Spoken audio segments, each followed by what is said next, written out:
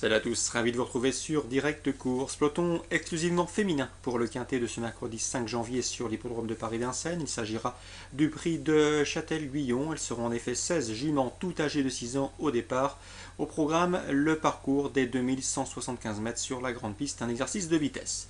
Ma préférée sera le numéro 11, Riskaya, qui sera déféré des 4 pieds pour l'occasion. Un paramètre important la concernant, puisque tenez-vous bien, elle n'a été présentée déférée des 4 que 2 fois, pour autant de succès à Vincennes.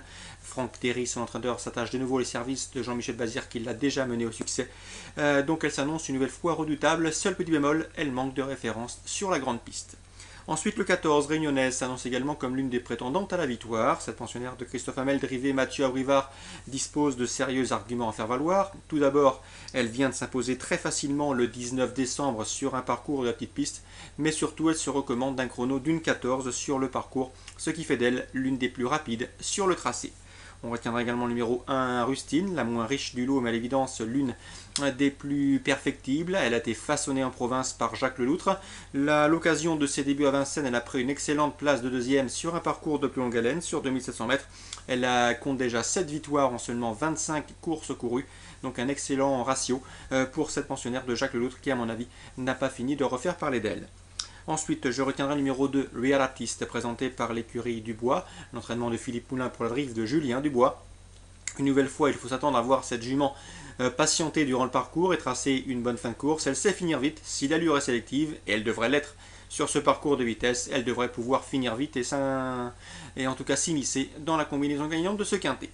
Numéro 8 ensuite, c'est Rosas Barbet qui dispose également d'une belle carte à jouer. Il faut effacer son dernier parcours, elle affrontait un lot de meilleure facture. De surcroît, elle n'a pas bénéficié d'un bon parcours en dehors et en épaisseur né au vent, ce qui a influé sur son classement au passage du poteau. Lors de son début de meeting, courant novembre, elle avait bien gagné, et si on en juge par cette performance, elle dispose également d'un bon rôle à tenir. Le 3, Reka Kérivon, attention, c'est un bel outsider dans cette épreuve. La pensionnaire de Guy Maillard apprécie les parcours de vitesse. Sachez d'ailleurs qu'elle a déjà marché moins de 13 sur ce parcours, une 12-8, ce qui en fait la plus rapide du peloton. Ensuite, le 13, Rollistar, attention à elle aussi, elle apprécie les parcours de vitesse. Elle a déféré les 4 le 26 octobre, elle avait bien gagné sur 2100 mètres, preuve qu'elle est performante non seulement pieds nus, mais également sur les tracés réduits. Je me méfierai également du numéro 7, c'est Radieuse du Fossé, drivée par Eric Raffin. Elle dispose d'une belle chance, elle avait bien tenu sa partie, elle avait bien couru en début décembre, le 5 décembre pour être plus précis, sur 2700 mètres. Si elle répète cette tentative, il faut s'attendre également à un bon comportement de sa part. Donc on se résume pour ce quintet, somme toute assez ouvert. Le 11, Riskaya, le 14, Réunionnaise, le 1, Rustine, le 2, Real Artist, le 8, Rosas Barbet, le numéro 3, Reka Kérivon, le 13, Rollistar et le 7, Radieuse du Fossé. Petit tour d'horizon sur les bonnes informations de ce mercredi à Vincennes. Dans la troisième, tout d'abord, j'ai pu m'entretenir avec Patrick Angelium en réunion 1 à Vincennes. Il présente 311 Scorpio du Couet. Je vous l'avais indiqué lorsque le cheval avait gagné sous la selle pour ses débuts autre montée, et ce, si ma mémoire est bonne, à plus de 30 contre 1. On était confiant dans l'entourage. Eh bien, on est une nouvelle fois optimiste avec le 311 Scorpio du Couet. Il vient de marcher 15 sur ce parcours face à de bons chevaux. Il se plaît sur ce tracé. Le cheval se plaît également sous la selle. Il a pu travailler efficacement.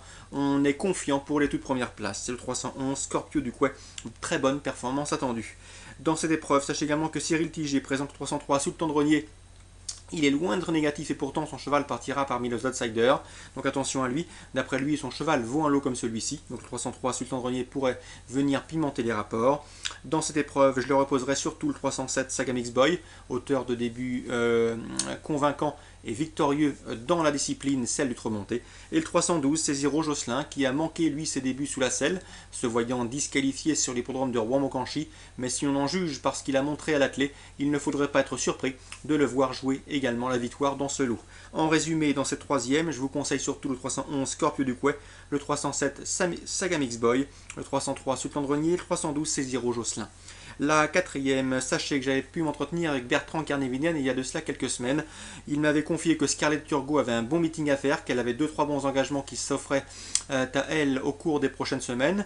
Elle reste sur un bon accessite en pareille société. Ici, une nouvelle fois, elle fait face à un engagement des plus favorables.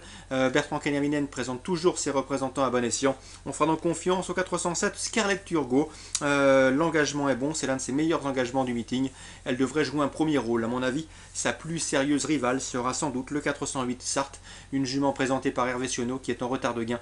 Elle a été ménagée, préservée, façonnée en province et elle fait face également ici à un engagement qu'elle ne doit pas laisser passer. Donc 407, 408, a priori je vous conseille de les associer pour un jumelé, pourquoi pas gagnant placé.